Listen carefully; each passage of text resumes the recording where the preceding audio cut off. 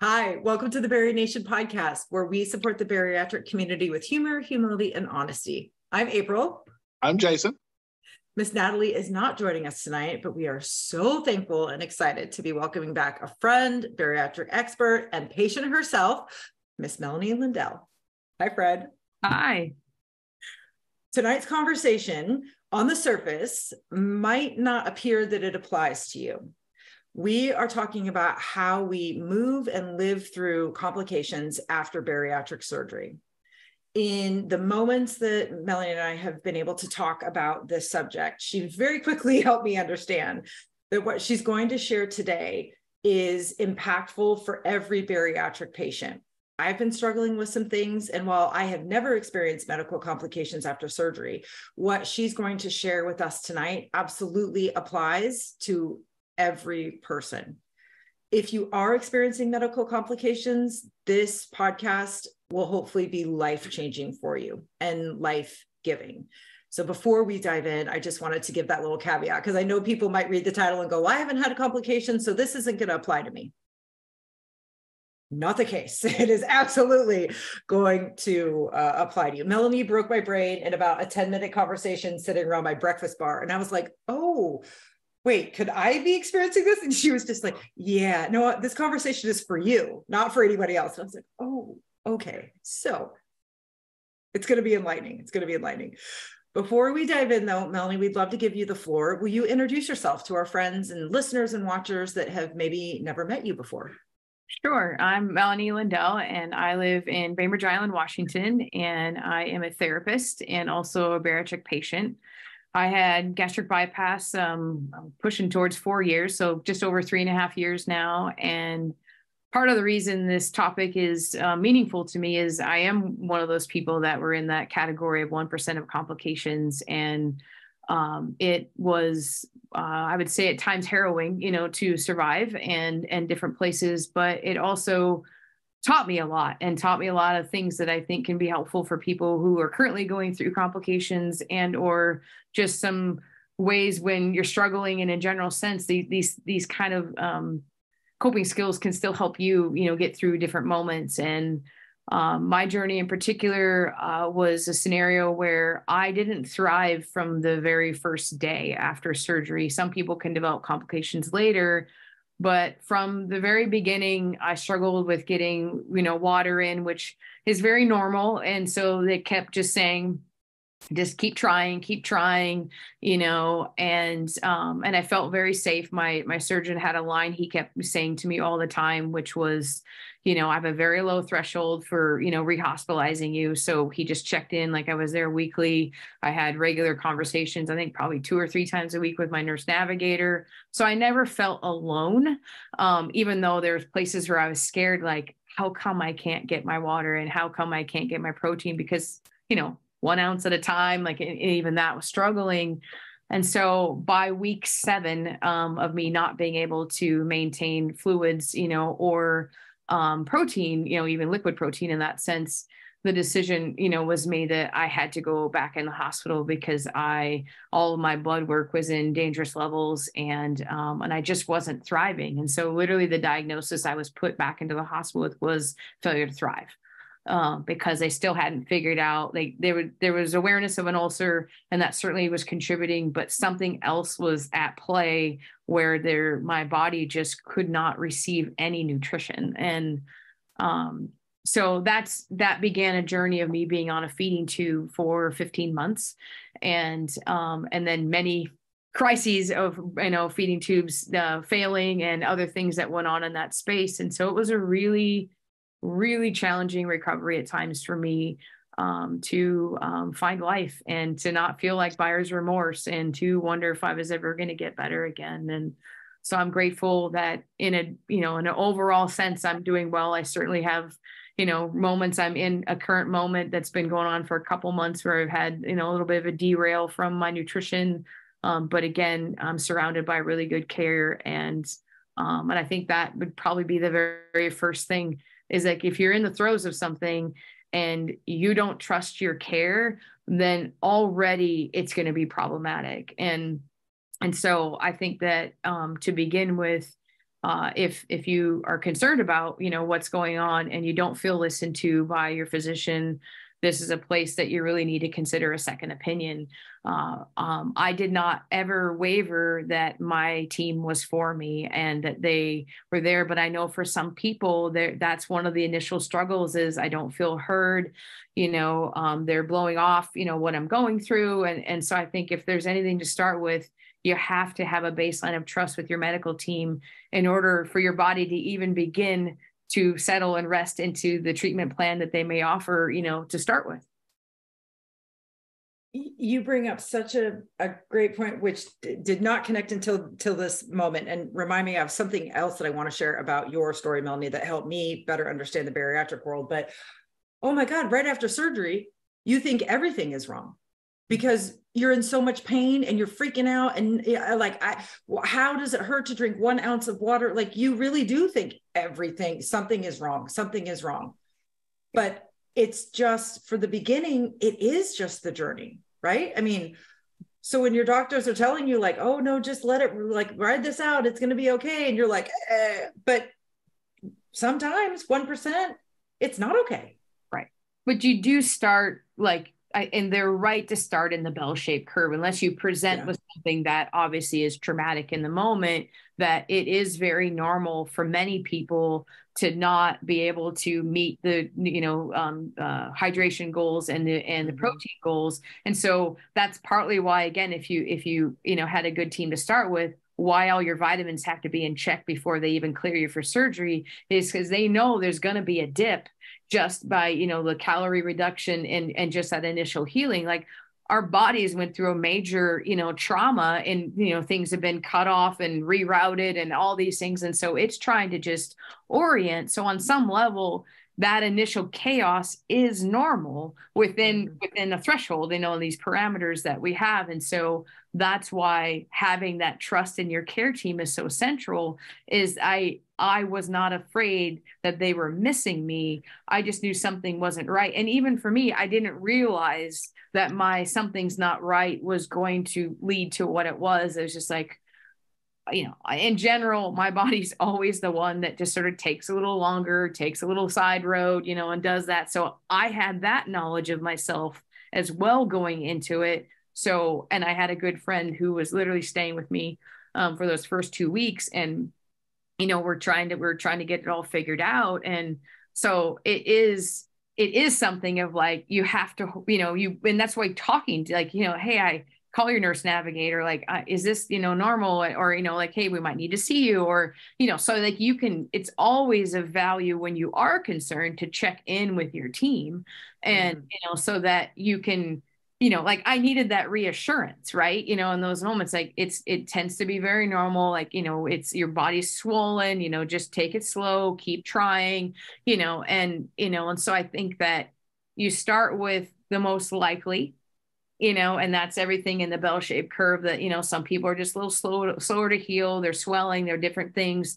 And then when it is a certain duration or certain other things start to happen, like when I started throwing up the little water that I had, now we're stepping out of that, sort of normal path. And now we need to explore a little further, and that's ultimately the combination of my symptoms were changing and I still wasn't meeting any baseline minimums, of nutrition, that each time I was in there, they shot me with, I think, thiamine, and they kept certain things going because neurological problems that can show up. So they kept pumping me full of what they could, via shots to keep me going. I went in for those banana bags. They kept trying the normal things to keep me going. And then, like I said, the decision had to be made, it's not working. Something else is at play. And now we need to sort it out. And I also knew at that point that I would be leaving the hospital with a feeding tube, for, an undetermined amount of time, but I was going to be leaving with a feeding tube. Well, and one of the things about that's, you'd mentioned about, trusting in your surgical team, it also makes it easier for you to advocate for yourself when you trust in that team and you're going to be listened to. But that's also something out there for those people that may not trust in their surgical team. advocating for yourself is of the utmost importance when it comes to that situation. So if you have a medical team you don't feel like is listening to you, you got to be the squeaky wheel that gets the grease. You can't let up. You can't let them try to tell you what you know, because at the end of the day, while we may not be as versed in the journey that we're on freshly post-op, we know our bodies enough to know something's not right. Yeah. So to keep pushing, to keep fighting, to keep clawing for yourself, to get every inch you can and gain ground in that fight, you're going to have to do that. It's not going to be comfortable. You're not going to feel like it because you're freshly post-op and your world's kind of topsy-turvy anyway. But it's super important for you to lean into that and say, I need you to check everything you can check because something's not right. Absolutely. Advocacy is a muscle that we have to grow and continue to work on as we move through this journey, because we have to advocate for ourselves every step of the way. Yeah. Oh. All right, friends. Well, let's dive into this. Yes. Sure. So I think it's important to maybe start with, I guess, defining these complications. And I think it's also important to say that complications can happen at any stage of your journey, not just right after surgery. Yep. Okay. So how would you define a complication, Melanie? Well, I mean, I think anything that deviates from a normal healing path would probably be the most generalized way to put it, and there's so many things, like people like can develop pancreatitis, or they need their gallbladder out, or, like the, marginal ulcers. There's just so many to choose from, and each of them have a different protocol, and, like a bigger malabsorption issue. So like you really can't maintain nutritional status. Like that's, I think there's just like, you can't, like, there's no one size fits all. And I think the other thing that felt really important for me was very early on, I knew that I wasn't doing anything wrong and that my surgeon didn't do anything wrong. And I genuinely needed those bookends to survive the middle. Because if I question, like, oh, it's because okay, so I'll say it this way. So my surgical center, like, before COVID, like you had nutrition classes in person, and they have like ones where like you're a week out, I think it was, or 2 weeks out or something like that. They have you meet with a dietitian, but in a group, and so I was with these two women that had surgery about the same time I didn't. I'm literally like dragging my sorry butt in there because I have no nutrition in me, but my surgeon wanted me to still go to the class, even though I was leaving there, headed to the hospital for my banana bag. He's like, just listen to what they have to say, which was fine, but I'm in there, and this one lady says, oh yeah, I nearly died, I was choking, and and the dietitian, because we're at the 2 weeks out, we're full liquids, at this point. My center was, very, very conservative of like when you introduce some solid foods. And I know everyone's protocol looks different, but for my center, you're still on clear and, protein, basically for the first couple of weeks. And the dietitian looked at this lady and said, well, what did you try and eat? Because again, there's no food allowed at this point in solid form. And she's like, a pork rind. And if I had the energy, I would have crawled across the table and choked her myself, because here I was following everything they were telling me to do and nothing was working. And she's over there trying to shove a pork rind down her throat 2 weeks out. So then the other lady is like, yeah, I had a similar experience. I'm thinking, what? So she tried to suck the tomato juice out of a tomato and choked on the seeds. And I'm like, okay. So I think that sense of like, I'm not doing anything wrong. And here, those two people over here are trying to suck on tomatoes and eat pork rinds. And they're just bouncing their way through with a random moment of, that felt, just a little sore. And I can't get anything down. So like I'm bitter Betty, over on the other side of the table, following all the rules, and my body is like derailing left and right. So I think that's the other place of reassurance that needs to be there, that like, hey, because they did endoscopies. They did all kinds of things. everything looks okay, because, you're looking for, leaks and different things. And I forget what one of the fistula, they're looking for all these things, and they cleared that, right away that, okay, because that can happen, a staple breaks loose or different things. And so my, surgeon just reassured me, everything looks okay other than the ulcer, which, was being treated. And so I think that is essential as well, going, I needed to know that he didn't screw up. I didn't screw up, that sort of created this. And then like I pork rind lady, I'm like, and she's screwing up left and right and not having a problem, And so it's like, that's really, and I'll say that's another part of this journey that gets really hard when your road looks different. The battle of comparison is illuminated times 1,000. And that is going to be one of the head battles that you're going to have to work through.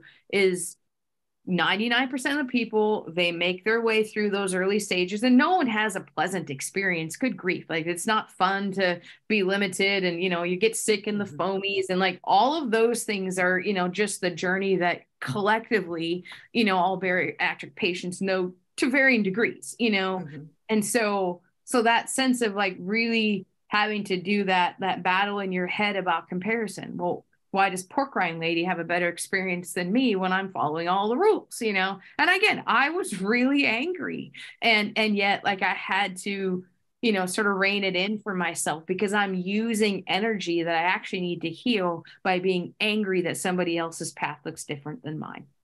Well, and why wouldn't you just buy tomato juice? That's why. Why would you suck the juice out of the tomato? Exactly. You kill yourself. It makes you want to do like the old VA commercial where you pop her ass in the head and go, you could have had a VA. Like, you could have had just regular ass vegetable juice, but you're over here trying to. But we know why, right? Because this is saying like, this is freaking out, and you are doing everything you can do to feel normal. So sure, sucking the juice out of a tomato, well, kind of crazy. I understand. And I get both of these examples, because that was me 2 or 3 weeks after surgery. What the hell did I do? What am I thinking? No complications whatsoever, but oh my God. Well, and that was the other thing I wanted to say, Melanie. You forever changed my bariatric perspective when you and I were having a personal conversation. And I was talking about the stages and blah, blah, blah. And you just so very kindly and gently said, I didn't get my honeymoon. And I was like, what are you talking about? And then you talked about how my honeymoon came 1.5 years, 2 years later. And I was like, oh my God, it forever changed what I think, how we talk about the stages, how we talk about this bariatric journey, because you want to be encompassing and inclusive of everybody. You want everybody to feel this warm hug, but by trying to help, you inadvertently, don't acknowledge this path that so many people are forced to take. Yeah, you have to make room for something that you didn't choose, but you have no choice now but to live with, and I think that is a kind of like reckoning you have to do with yourself, is I can use up all my energy being mad, or I need to actually lean into what does this now mean, and so, and part of that is grief, like I never had that moment where I get to take all my clothes and go on this big shopping spree and, do like it was, or hold the balloons of 100 pounds, or, all the milestones that I think are so worthy of celebrating, like they genuinely are, and they need to be, acknowledged and, rewarded and all of that. But literally the first 2 years of my journey was just trying not to die. And that by itself. So like last year 3 for me was the most bariatric, like journey that I had in terms of what is, considered mostly normal, if you want to use that language, even though all of our stories are unique and different. And they, they have nuances, so it's no two people's stories will ever be the same. But it was a year that, like, let's see, did I have surgery in year 3 of any kind?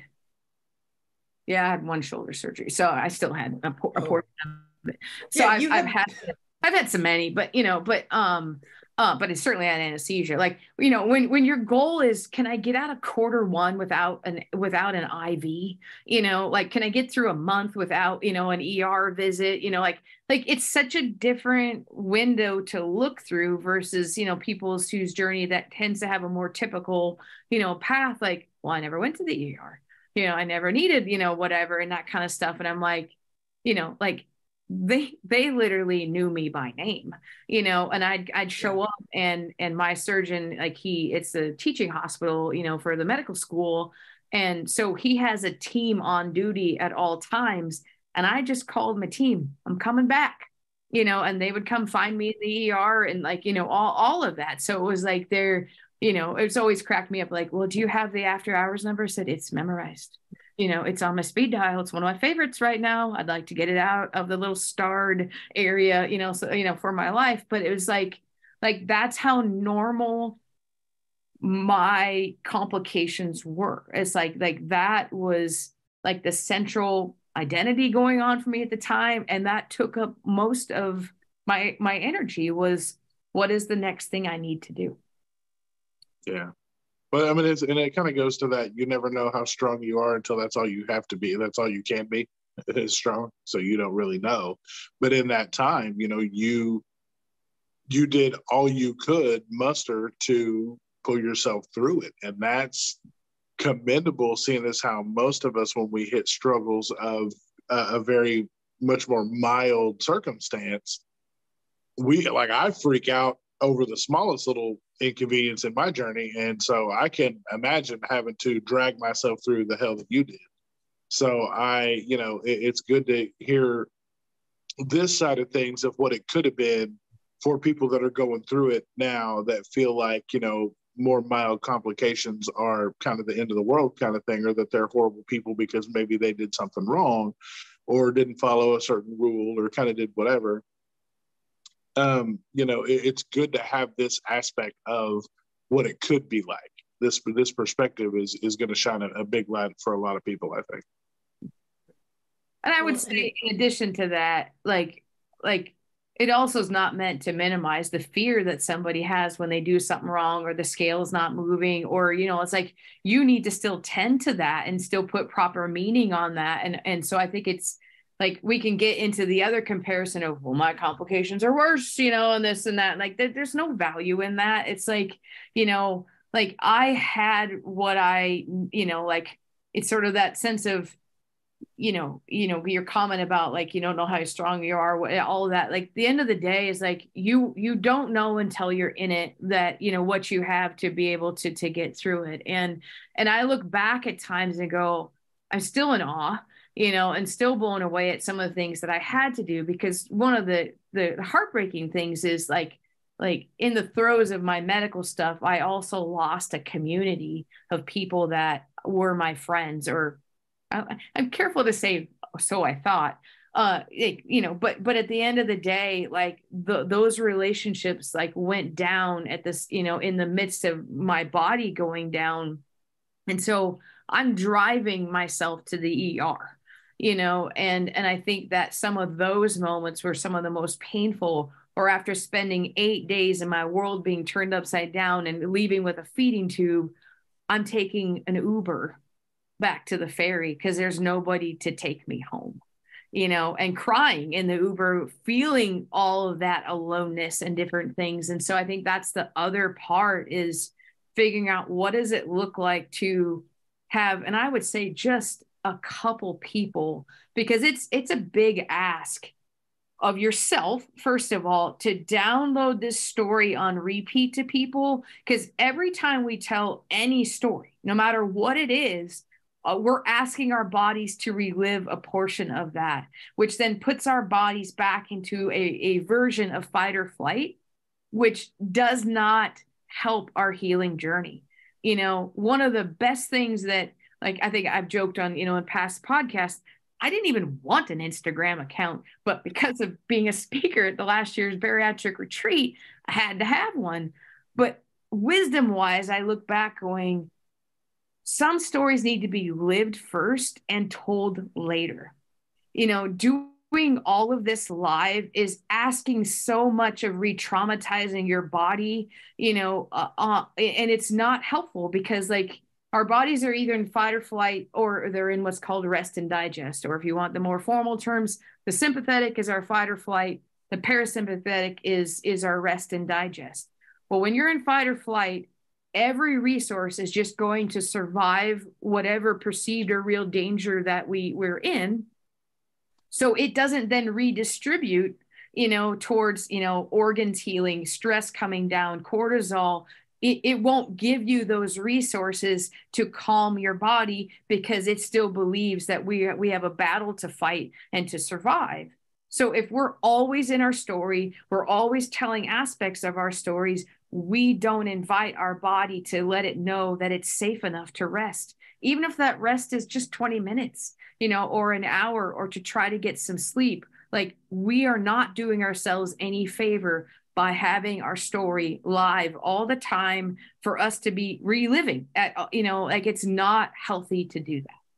Well, the best part about that, when you talk about it like that and break it down in that way, sitting with that and processing those feelings and emotions on what you actually went through allows you to paint a better, more accurate picture. Yep. Because in that fight or flight, you're just going to be throwing shit out there and talking about, hoping some of it sticks and thinking that it's going to, it's not going to be as accurate a depiction or hit home as much because you can't really articulate what all the things you want to talk about. And it's almost like, what you said, it's like writing a manuscript about what you went through. Mm-hmm. So until you get to the point where you can sit with those thoughts, process it, and then go back through and figure out exactly how you want this narrative to go, that's the way that it's most meaningful for the people to actually accept the information that you're going to give to them. Because if it's just in random, thrown out there in stories and stuff, it just kind of gets lost in translation, I would say.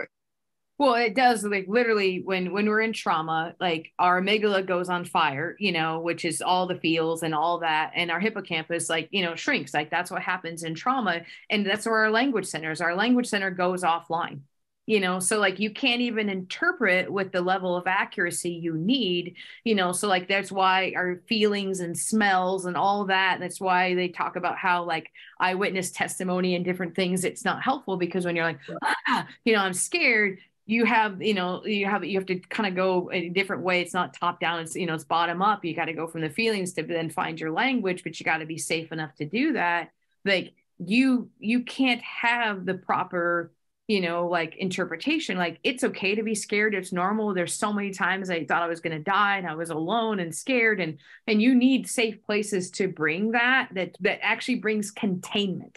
You need people that can be big on your behalf, help contain those big feelings, not toss them to the universe where it feels like I don't have any, they just get bigger and more illuminated, and so I think that's part of it is like, you need containment, you need care, and you need to like be able to return your body to a sense of calm and safety, even if it's just long enough until the next ER visit, long enough until you meet with the doctor. Like, we do ourselves such a disservice by staying in there. And then mental health gets in there as well. Like, if there's, pre-existing anxieties and depressions and all that, they're going to bring meaning on something and add even more doomsday, kind of things. And so it's like, we've got to have some containment, and that's partly why I really, really caution against living your story live at all times for all people to see, because you do not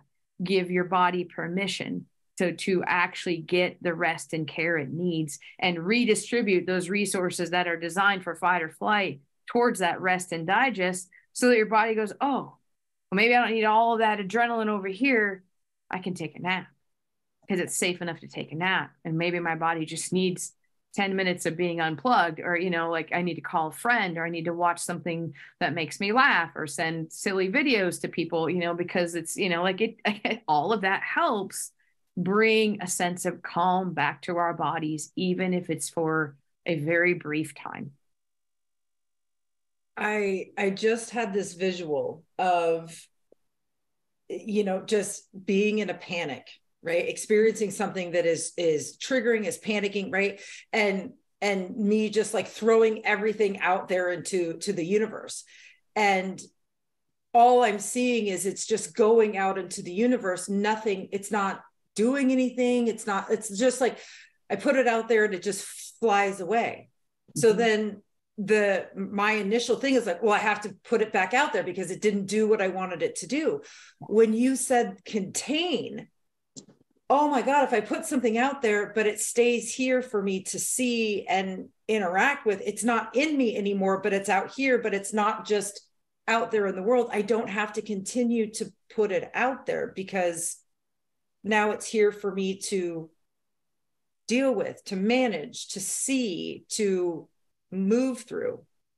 Right. Well, and on the other end of that, if you're putting everything out and getting nothing else is coming back in, you're not replenishing what you lost in that aspect. If you put a bunch out there and you're not getting the response you thought you were going to, that also weighs on the mental health side of things too. And like Melanie was saying, when, you know, she's also dealing with all of this stuff at the same time, she's kind of losing friends and not having the support system around her she thought she was going to have. That's, you know, that's a double whammy that you're having to deal with on top of, you know, trying to figure out what your next step is and whether or not you're going to be alive to have the friends, you know, to be able to nourish the friend group anyway. Yeah. Well, not to mention that, but like, not only are you probably experiencing rage, anger, grief at what you're going through, then if you go online to Instagram, you're seeing thousands of flowery stories about how much weight people are losing and all. So you've got all of this internal rage, and then you go into a community that you were told is so helpful, and you're seeing all of this, which is just feeding into this. I mean, it has to feel so alone. So I can understand why I guess why you would want to share, but at the same time, like if you're sharing in what you need as a life ring, but somebody's just throwing you a shoe, right? Like how many times can people say, oh, I'm so sorry. Oh, I'm so sorry. Like that has to also become very shallow and hollow and kind of meaningless because it's not actually giving you what you need. That life ring is never appearing for you. And I think that's part, like speaking to like maybe the wider audience of people that know people that are going through complications. Like one is like, be mindful of what you say, you know, even say it's going to be okay. Yeah. Well, that isn't always true, you know, in the sense that this is all going to work out. It's going to, you know, it's going to come to an end. It's going to, you know, like, and we try to, you know, we think it's comfort, you know, when somebody does that, but for, you know, like when they finally moved my feeding tube from the nasal tube down into like placing it in my stomach, one, mental health wise, having that thing off my face was like huge because I hated that thing. But I had 5 feeding tube failures that kept kinking in my stomach, you know, and they kept thinking I was clogging it. And finally, one of the, what do they call them? Well, something radiologists, I forget what they're called. Blanking on the name at the moment, doesn't really matter. Interventional radiologist. They put the camera on before he yanked it out because they saw me on repeat too. I'm like, hey, it's me again, you know, and because they kept thinking, oh, well, you're not draining it. I mean, I was flushing that thing left and right, and more than I even needed to, because I was like, I can't have another one fail, because then you have the crisis that I can't eat. You know, I had it happen when I was out of state and had to go into an ER in Colorado, and, you know, and different things. Like, it was just awful, you know. But one of the worst things that happened to me in that space was one of these people that, you know, were in my friend group at the time brought me what I would say, I don't know, and I'm not challenging anybody to try, don't send me a pile of dog shit or something like that to try to prove me wrong, but I don't know that anyone can ever give me a more awful gift than what this woman gave me. Is she brought me food when I was eating tube. Ironically, she brought me banana bread, which I'm allergic to bananas. So it was like a double whammy, but I'll give someone a grace in that not everybody knows all your food allergies. But that revealed just how out of touch, you know, she was with where I was, you know, in my journey. And it was so painful. And it immediately went into the trash. Now, it was also the butt end loaf of a banana bread. So I felt like I was getting leftovers. So, I mean, there were so many things to it that were just like, oh, you know, but I think that when you see somebody going through something, be really careful of your words, because you can't guarantee it's all going to work out, and that's the sense of sometimes you have to learn to live with. I live with changes now because I reached a place of having refeeding syndrome. And so my malnutrition reached a very, very dangerous place that I have to be very mindful, of going back into a place of malnutrition. And the last 3 months, I have deeply struggled with food and different things. And I will have an endoscopy on Friday. And they've done a bunch of other tests, and they've found some really significant vitamin deficiencies that don't make sense, in terms of why these particular vitamins are where they are, at least at this juncture. There's some theories, but I don't cast out theories. I'll wait till I have facts, before I name, what they think is at play for me. But that seared me, because I was like, really? You're going to bring me food when I'm on a feeding tube? So I think it's so important that, and the other really difficult thing is, let me know if you need anything. Well, first of all, reach out, whatever. It's like when you're in the throes of surviving, every energy that you have is just in surviving. So you can start by baseline. When someone's in crisis, they have need. It's now then sorting out how to meet that need.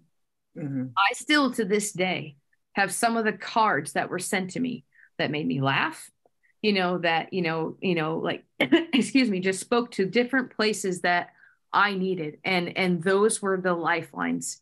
You can, bring a smile to someone's face. You can, send cozy socks or a blanket or, and it doesn't even have to be tangible things. You can invite words of saying, even though I can't fix this, I want you to know that I'm mindful of you today, because it is 100% on the person going through it, on your mind all the time, day in and day out, at a level that it's just all over the place. That's not true of the people around you. So me as the one going through it, if I have to also manage my expectations, I'm the only one thinking about it 24/7.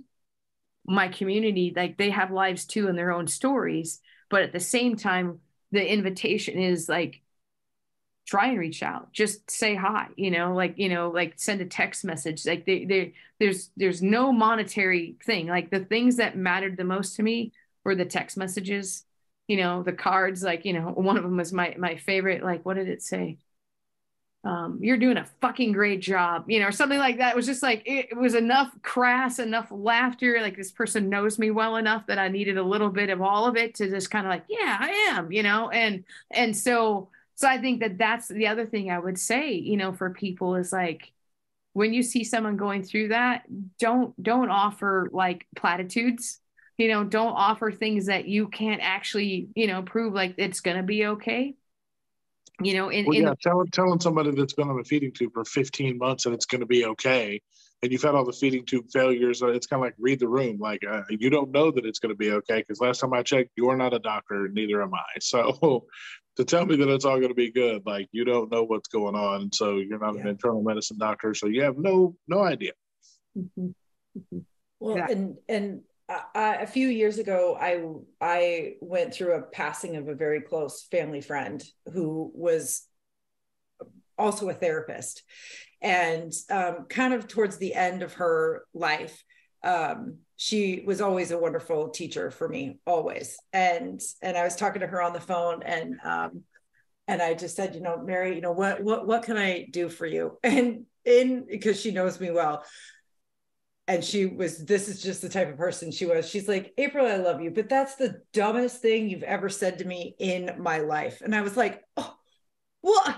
And she was like, do you understand that you're asking a dying woman to put energy into helping you come up with something to do to help me? And I was like, oh my God, right?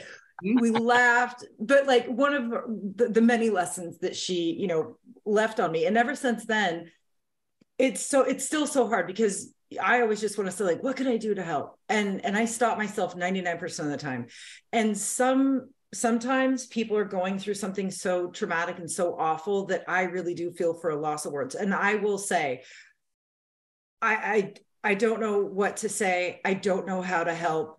please don't tell me how to help you, but I'm just telling you, I don't know what to say right now because I'm just so fearful, or I'm scared, or I'm mad, or right. So that's how I can get above and beyond that, because that's everybody's first instinct. What can I do to help? Don't ask, just do something. Yep. And that's just really what it comes down to. Like, there isn't going to be a single person said, why did they send me a card? No. You're just going to enjoy getting a card, from someone that took time to literally write a card or send a text message or an email or a phone call, or like the real practical things. Like, sometimes you legit need, resources, financial resources, and I have some dear friends that like showed up for me when, like, so insult to injury, in the throes of all of my, like gastric bypass stuff that was going on. I live like up 14 stairs, and I fell from the top stair and landed on the 7th stair down. And my orthopedic congratulated me on having 2 of the most rare injuries happen in one event. Like, I separated my shoulder at the SC joint. Most people do it at the AC joint. I do it right here, right by the esophagus, because that's fun. And then I shredded, my shoulder, and then I managed to get a high ankle sprain. So most people roll one way, mine rolls the other way. And so the dilemma was, in my first of 2 shoulder surgeries that I had in all of this during, all this crazy, is it was covering my feeding tube, and it had to remain immobilized. And so that, to figure out something to like pulverize tiny amount just to get enough to like ingest something, right? Because even my fluids were coming through it was like I had a bag of Gatorade and a bag of enteral feeding, and both were feeding through my feeding tube, but I had to risk putting some things in my mouth long enough. Now, in a few weeks, I was able to, like manipulate my arm enough, but I'm also left-handed. And of course, it was my left shoulder and my left ankle, because we do things, the hard way. So go big. I go big or go home. It's just kind of my approach now, I guess. But some dear friends, they actually like paid for home health care to show up in my house, to literally clean my house, do the things I knew, change dressings. And like they did, like it was very practical. And so I think sometimes like it can just be, very meaningful and sending cards and all that, but also you can just step up in practicality. Everybody's, assuming, you're not on a feeding tube, but so like, don't bring banana bread to people who are on a feeding tube. We can start with that. It's pretty baseline, but the bottom line is, if that's not where your complications are, everybody needs some kind of groceries. Can I do a grocery pickup for you? Can I Instacart you something? Can I, we have so many ways that we can show up for people. And I think we get stuck of like, I think the mentality is I can't fix it. So therefore my approach is then paralyzed, going, no one has the belief, like none of my friends, like I never said, help, like figure this out for me. They can't. My own brilliant surgeon couldn't figure out what was going on for me for, a long time. So it's, no one's asking for you to fix it or take it away, but will you be with me? And there's so many ways to be with, even if your proximity is not near.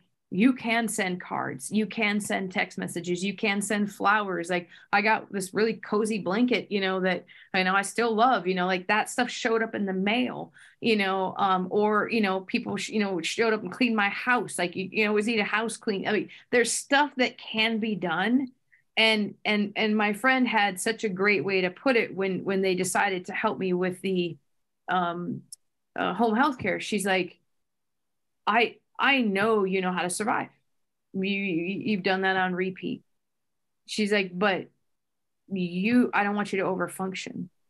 And I want you to use the energy you have to do the things that only you can do. Because there's aspects of my journey and anyone else's journey that you are the only one that can do certain things.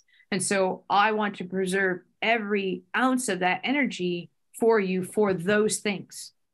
So even though I know you would figure out a way to manage this and MacGyver this and do all the things, because I did some crazy things that I'm really proud of, this day. I'm like, I pulled that off with my one arm, when nobody was around, kind of thing. But that whole sense of don't overfunction in areas that someone else can help.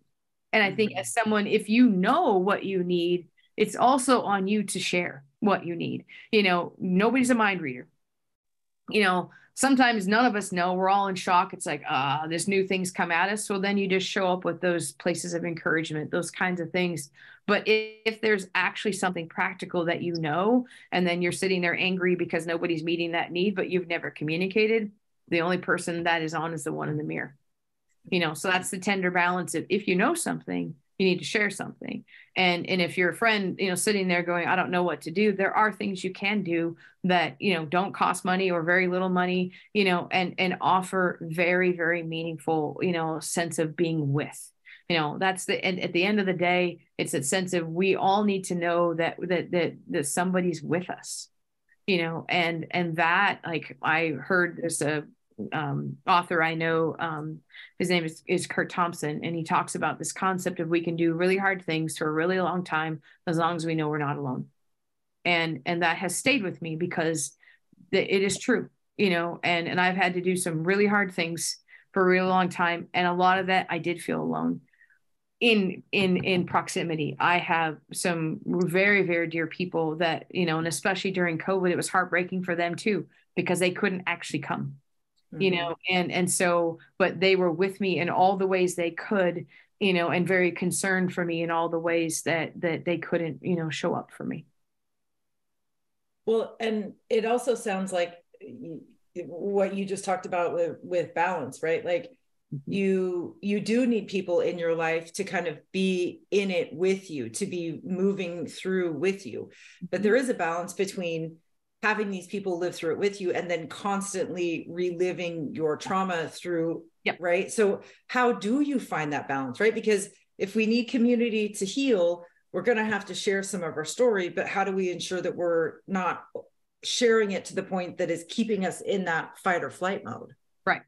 Well, I think, first of all, like, true community is a small amount of people. Like, I think to bring the details of what you're going through, it needs to be held by, what do people call them these days? Your OG friends, your ride or dies, or, like your close circle. Like it's like, you need people that know, like, there's very few people that know the very, very, like, and I still say it's sacred. I often tell my clients, like, all of our stories are pearls, and these are the twisted pearls, but they're still pearls because they are our stories. They are us, so very few people know the minute details of these twisted pearls.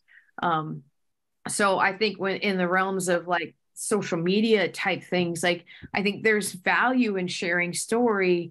I'm just of the belief, with my work in trauma and then my own experience of going through this, that doing it live, I think actually impedes your healing process, in the long run. Because like, you're scared and, you want to share. You got to share with people that I think are committed. Like, my friends that know this stuff, they were committed to walking with me, and I knew that, and they were consistent, they were constant presence in the various ways they were. That is the safe place to bring those things. And I think you also need some distance, like both Jason was sharing and I was sharing. Like, you've got to be able to have perspective to then bring it in a way that I think people can metabolize. So you can't metabolize, like, something that's, like, kind of like playing out live, because you're scared for your friend, or, like, something's going on, or they're disembodied because they're scared. Like, that to me is the place where I think that more caution and taking breaks from, like, actively living in your story has huge healing benefits, because it's that whole sense of, again, well, what I'll keep, pounding into the ground is, we cannot heal if we stay in fight or flight. You simply cannot, because your body is reading everything as danger, and every resource then is utilized to survive your danger. Do I need to run from the tiger? Do I need to fight the tiger? Do I need to do that? It can't actually slow down and say, oh, let me, that inflammation, let's, like, send some resources to help, like, settle that down, and I love the rest and digest kind of components of the parasympathetic tied to our bariatric journeys. So much of that war is with our stomach. And if you remain in that constant, like, surge of adrenaline, your stomach cannot process, and digest, literally and figuratively, everything coming at it. well, you both know this because you both helped me through this, but and I'm still there. I am not experiencing any complications whatsoever, none. But I am in constant fight or flight. Constant. I am running up here just chasing that dragon, or I'm running from whatever it is, right? And that brought me to the brink of collapse, to the absolute brink. And both of you saw it. Yep. You know, up close and personal. And both of you were able to tell me like, hey, yo, this is what you're doing. Let's help you see that you're doing this. And if you keep doing this, not good things are going to happen. How can we help you get out of this to get to here, to this rest and digest? Because I was not doing it. So and what was offered to you? What did we say you needed to do?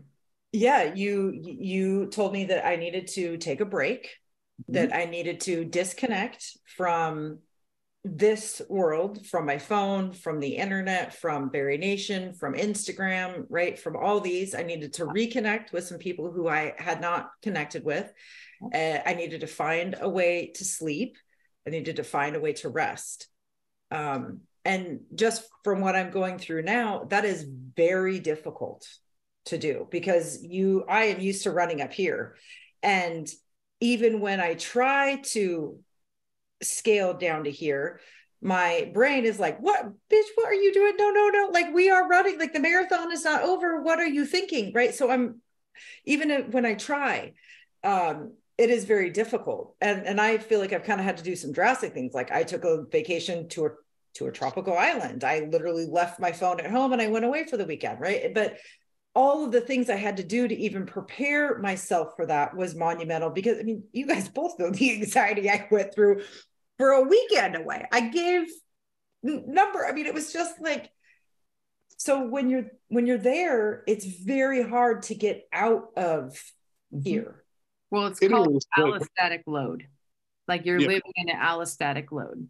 You know, and that allostasis is like, we're meant to live in homeostasis where there's enough resources to digest, to this, to that, for your heart to beat, you know, all the things. Like when we're living in homeostasis, like there's room for everything, you know, to go on. But you live in that kind of surge of cortisol all the time. Eventually your homeostasis is up here. And everything feels like boredom, or I'm going to miss out on something, or, you know, I'm going to like miss something and like danger is going to occur.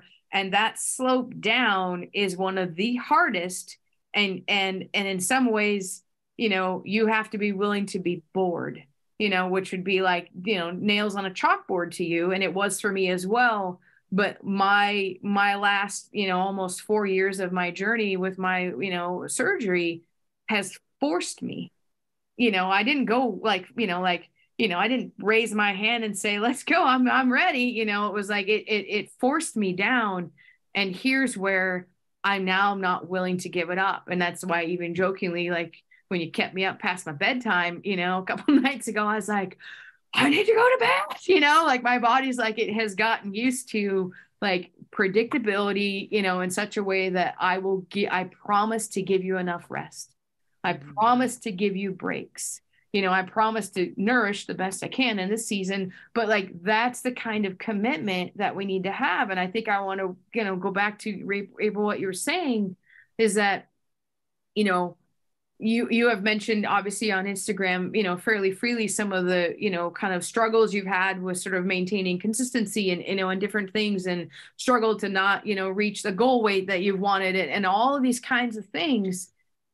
Well, I want to tie that to what we're talking about is like if you're constantly in fight or flight, those resources you need to develop the habits, you know, to take a break. Like you are fighting, you're fighting yourself, like you're fighting the woman in the mirror.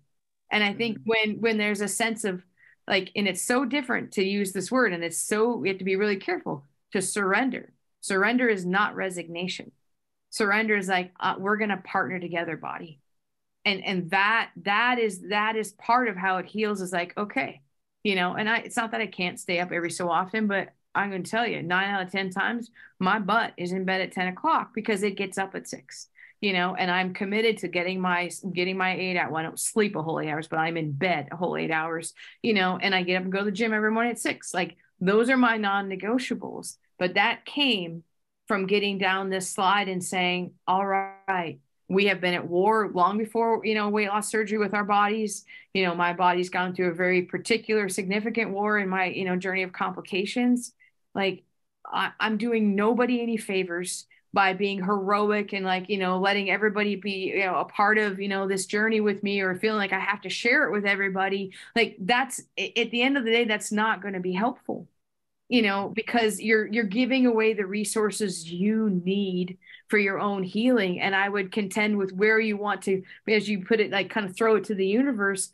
What are some things that I can do to draw calm towards me? What can I do to draw care towards me specifically, in ways? And what can I do to bring rest so that my body has a chance to even come down a little bit and let the cortisol drop a little bit, so I can regulate some of these really big feelings in the middle of a very scary time. Like, I won't minimize it. It was so freaking scary at times. And being closer to death than I was to life, and having emergency surgeries in the middle of the night because my colon decides to twist on itself, to all the feeding tube, to everything that went on. Like, that stuff is terrifying. And we have to recognize that so many big feelings, like this is going to stir up a lot of big feelings.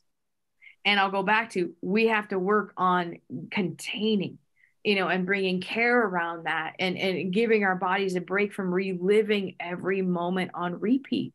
It will not serve you in the long run. It just won't. No, and that's one of the biggest things that I credit April with, when she finally reached that point where she was able to surrender to what was going on at the time and what was going to serve her best, because that was one of the most monumental things I've seen her do since I've known her. Because she is someone who is always in control. She's always someone who never lets any cracks show, never has any issues, can always do all the things. And while she is all of those things, we were able to actually get through, April, and tell you that, that this is not okay. And it wasn't just us that saw it. It was lots of people saw that there was nothing left. Like, we talk about you can't pour from an empty cup, but we're talking about Sahara dry. Like, there was no moisture in that cup. Like, this shit was bone dry. So to see you really, like, barely hanging on like you were, to finally just laying your guns down and going, fine, cool, let's just do whatever. I'll do whatever the hell I got to do to get better. And realizing that there were no emergencies, the world wasn't going to stop turning, that everything wasn't going to fall apart because you weren't right there on scene. While you are the most valued member, a very valued member of not only our team, but our community as well, there's room for you to step away, because if you don't, what was coming. Yeah. And you were able to sit down and actually reconcile that with yourself. And now it's easier for you to do that. You still don't like doing it all the time, but you now know that you will survive that. That will work for you. And you're actually better for it when you do. Because even the short weekend you went away, when you came back, you were a different person than when you left. So it was like, that actually not only inspired me to be able to do the same thing for myself, because as you know, we throw ourselves, head first into this and just keep going, because there's never anybody that support is always needed everywhere. There's never going to be a point where everybody's like, no, we're good, you guys can go ahead and do whatever. Like, there's always somebody that needs something. So as long as that is, it's like when we're at retreat or any event, we're there till the last person feels like they've got everything they could possibly need and feel supported. So if that means staying up till 3 o'clock in the morning and talking to people, or we're, barely holding our eyes open, we do that. But we don't think about the impact that has on us. As even myself being, a self-proclaimed, I energize myself off of those conversations and having those and meeting the people and glad-handing and doing all those things. I don't realize until it's too late that I need to take a break my damn self. So, when you try to be everything to everyone, that is a finite resource that will run out, and you have to recharge it no matter how much of an extrovert you are, no matter how much of a people person you are, no matter how strong you've sold yourself that you are. You can be strong as hell, but there's more strength in learning you need to take a break than there is trying to hold the world up, when your knees are buckled. Yeah. There's been a word that I've been ruminating on for some time now, and it kind of has presented itself, and I spoke it out loud for the first time today, and it feels pretty good.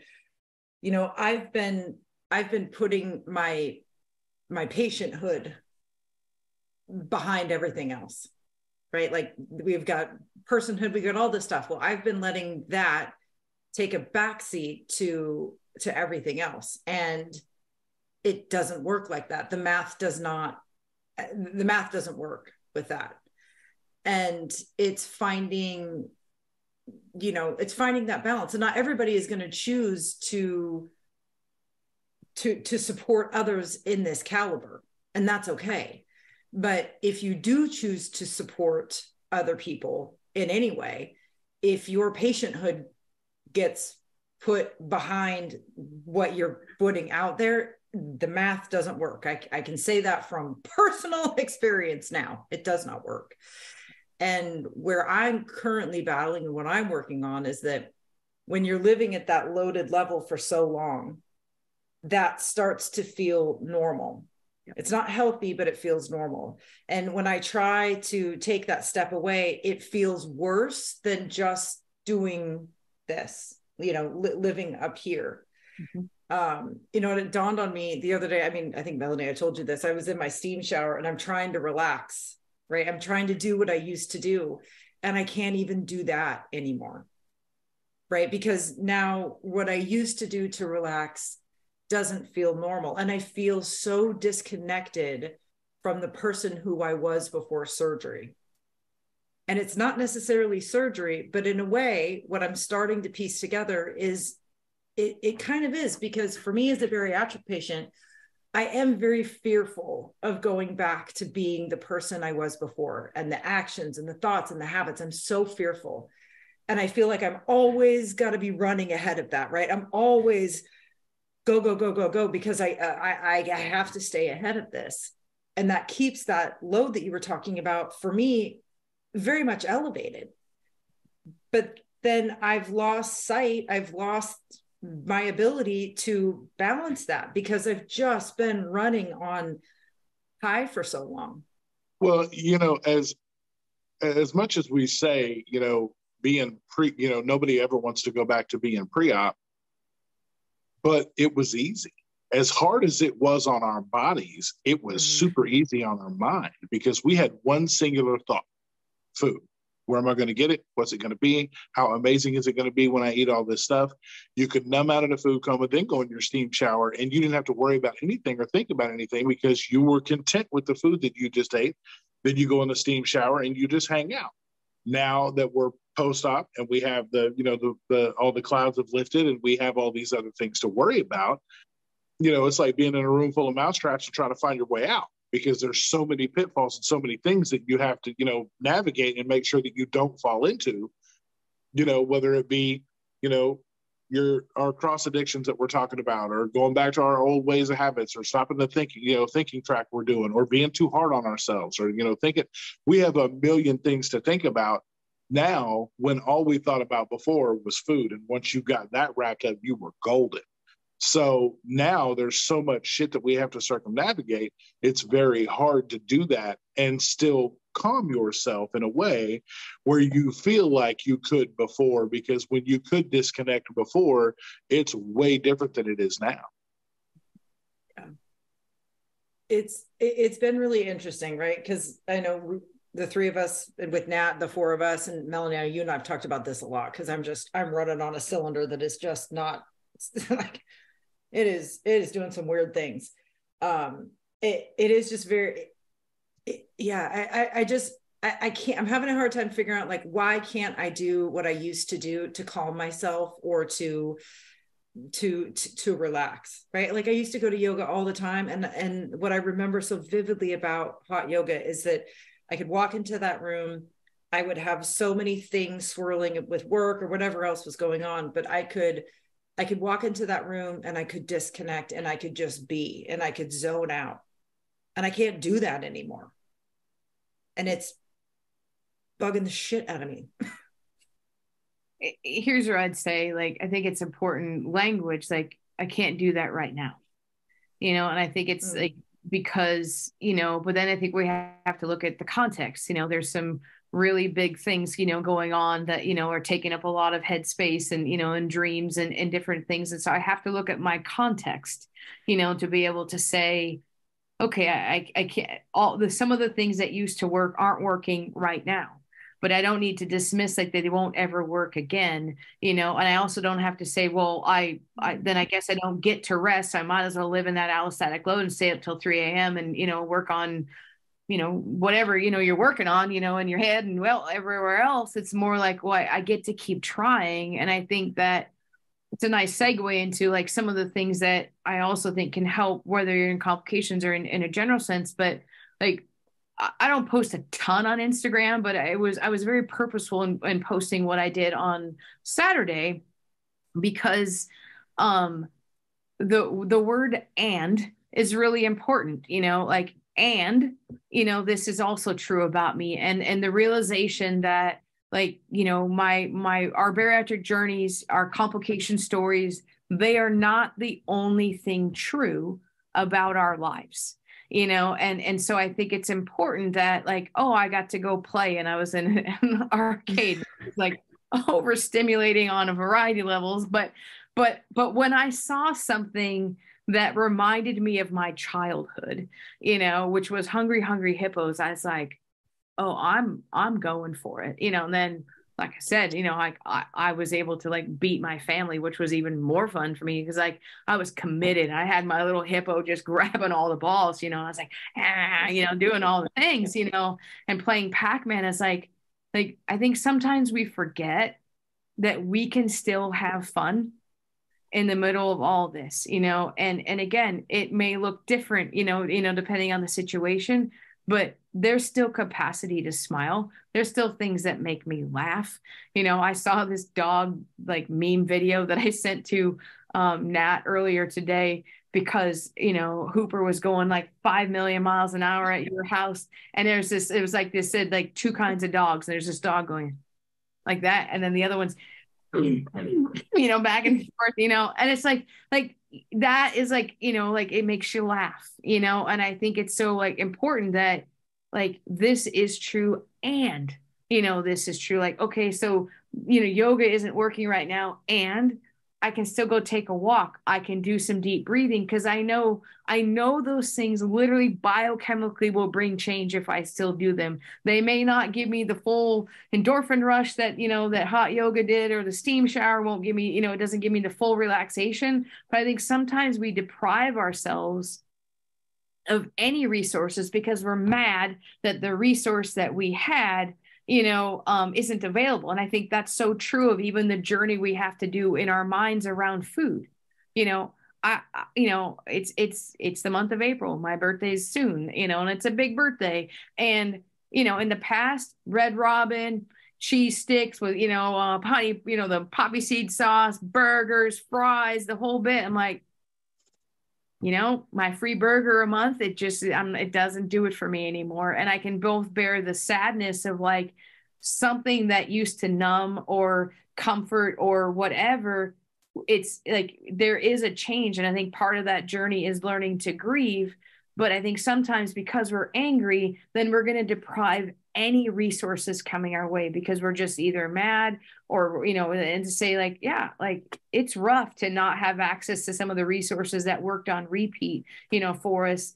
And that doesn't mean you can't find new ones, and I think that part, and then just learning to pivot. Like, my doctor told me because I was starving, from the very beginning, like I would not lose as much weight as other people because that sort of the honeymoon, that kind of the stage where it usually comes off a lot easier. My body was in fight or flight. It was in preserving, like you're literally withering away. I'm going to hang on to some things.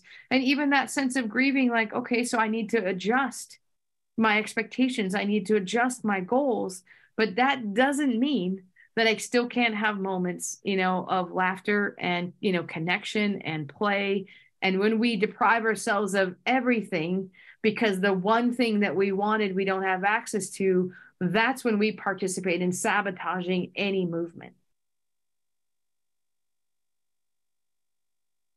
So you're just calling me out. I see how this much. I'm giving a roundabout way of saying, hey, April. So no, that is me to a T, right? If I can't do the one, then I'm not doing, which doesn't work. And I would imagine in the complication side of things, absolutely does not work as well. Right. Because that's where you stay in fight or flight, right? And everything is. So yeah, I don't surrender to the feeding tube because I'm mad that I don't get to eat. Well, then I die. It's like, did I want to have that? No. I mean, it smells bad. It was a pain in the butt to carry around the backpack, and have an IV pole in your house and, but like having to say like, my body literally needs this right now. And if I just sit in the place, like, it's okay to grieve and be scared. And like, when they surgically placed this in my stomach, there was never a date given that it would ever come out. I'm grateful, that it did, but there was a sense of like, if I'm going to use up all my resources to fight the situation that I'm in now versus utilize it to seek the care and the rest that I need to maybe help me get either out of, depending on what complications you're in, or learning how to live with, like we're depriving ourselves of those resources by, using it in ways that actually aren't productive. Yeah. Oh my gosh. Okay. So I don't even know. I don't know if this is possible, but we covered. So, I mean, everything is possible. Let me reframe. This is possible. There was, you dropped a lot of wisdom on us about complications and how we can move through and beyond them. If you were to synthesize, I guess, this conversation, what are you really hoping that somebody who is living through complications right now leaves this conversation with? Or is there a tool or a strategy that you will implore that they utilize moving forward? One is slow down. Like look for pockets of rest because your body needs that, and so there's places of learning how to unplug, like that, again, that parasympathetic, we need to lower our cortisol in some fashion. And there's research done, I can't remember all the percentages, but the difference between taking a shower and taking a bath, like the amount of cortisol that's lowered in a bath versus taking a shower, that is something like, well, I mean, I guess assuming your feeding tube is in your stomach, I wasn't able to take a bath for a long time, but like that is something that is still accessible to you, even in the realms of being, in a complicated, situation, taking breaks from like living in your story, living out, looking for ways to laugh, all of that kind of stuff, seeking support, and I think just that sense of like, there are still ways to find wins, there's still ways to celebrate. And it's really, really important that you find ways to celebrate. Even if sometimes my celebration was, wow, I didn't throw up those 2 teaspoons, that came in, like that is still a worthy celebration because something's different, or it took longer for my stomach to reject whatever. All of that, is important because at the end of the day, we have to first imagine it in our minds, and in order for our bodies even to believe it's possible. And so like, I think that's the other thing is imagine a form of wellness, not wishful thinking. And if you want to look back through my post about hope versus wishful thinking, feel free to go to my Instagram because I'm very clear that hope tells the truth and hope is rooted in reality. And wishful thinking is behaving one way and expecting a different outcome if they want the big synthesis. So I think that space of going, pivot, use the word and that, your complications are not the only thing true about your life. And it's important that you live into those stories, which is why I'm like, hey, I played Hungry Hippos. Yes. In the midst of my stomach not doing well and me struggling to eat and digest food, it's the and we need to remember that you still can do those things. and still speak about those things and still access things that invite our bodies towards a kind of calm. And this conversation really is serendipitous timing. It's perfect timing. You are an expert now in BariNation, and you are going to be leading a support group for people moving through complications. Yeah. So just what you talked about with us today, this concept of containment, you are providing a safe place now for these very traumatic stories to be told safely and with containment. Yeah, we won't be rehashing every detail of everybody's stories, but we're going to work on what does it mean, when we're in the throes of it, how do we help ourselves? How do we seek help? What do we still have agency over when aspects of our body aren't operating in the way, that we would want? Like, that's the kind of, I want to use that space to resource people with what is still available to them in the midst of a really, really painful, grievous situation that you didn't choose, but you now have to make room for. There's so many people in our community who are working through, suffering through, living through complications. And we are just so thankful that you are bringing your expertise to this space that is so desperately needed. And you're in the midst of your own complication, and yet you are creating and maintaining the space for others to go through it at the same time. It's just incredible. It's amazing.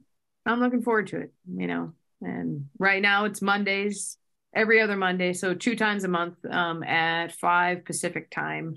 The day may change. I'm testing out Mondays with my work schedule to see what my capacity is at 5 o'clock, but we're going to try it out, and see where it goes from there. But, we're starting Monday the 10th, and if this topic resonates with you, you are more than welcome to join us in BariNation.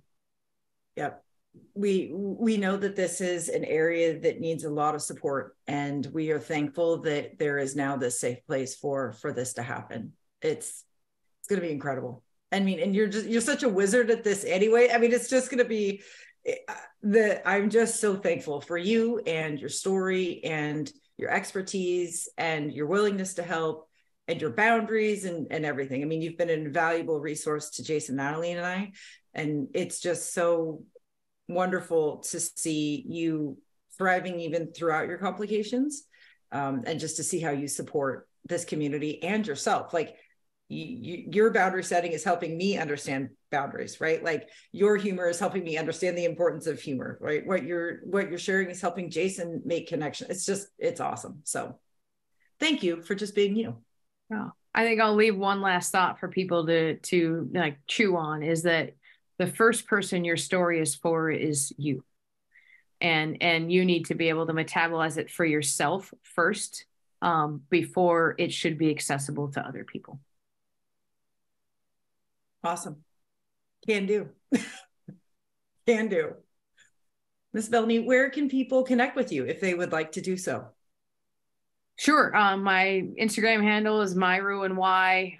If you don't identify as a weight loss patient, you've probably been booted out. So you need to try again and make it known that you're a weight loss patient. Cause, similar to Jason being a Russian troll, in the early days of, April, I just don't accept people. Cause I try, as a therapist, I try to have some, degree of safety for my own experience. And so I'm really clear on, who gets to have that space. And then my website is lindellcounseling.com, in terms of, what I do therapeutically. And, those are the 2 places that, you can mostly find me. And I'd be happy to engage and be happy to have you in group on Mondays, and, have a safe place to talk about hard things. Yep. It is a very safe place. If you have never heard of our membership community, or if you've heard a little bit and you want to know more, you can contact us directly. But the BariNation community is patient created, patient led, expert supported, safe digital place for you to access the support, the resources, the community, right? That we need as patients to to find our way through. So we invite you to check it out. You can visit it. We're at https://bariNation.mn.co. It's also linked in the show notes. It's linked in our bio. You can send us emails. There's lots of places that you can go, but we would love to welcome you into our very safe place. Melanie, thank you so much for your time tonight. This has been amazing. You're welcome. Privilege. Jason, my friend, will you take us out? Yes, ma'am. Thank you both for the invaluable information you've given us. Melanie, you're always an amazing resource, and we can't thank you enough. To the community, we appreciate all of you for the support that you've given us, the likes, the shares, the subscribes, the telling people, to making sure that, you know, they jump in, because support's always needed, and we're always there to help support when we can. You know, all the avenues, whether it be the podcast. You can also check us out and leave us reviews on YouTube as well. If you listen to us on the Anchor, which has now become the Spotify podcast app, you can leave us voice messages that we can incorporate into future episodes, because we love supporting you guys that way as well. And just remember, at the end of the day, you've got this, we've got you, and we'll see you next time. Awesome. Thanks, friends. Bye, everybody.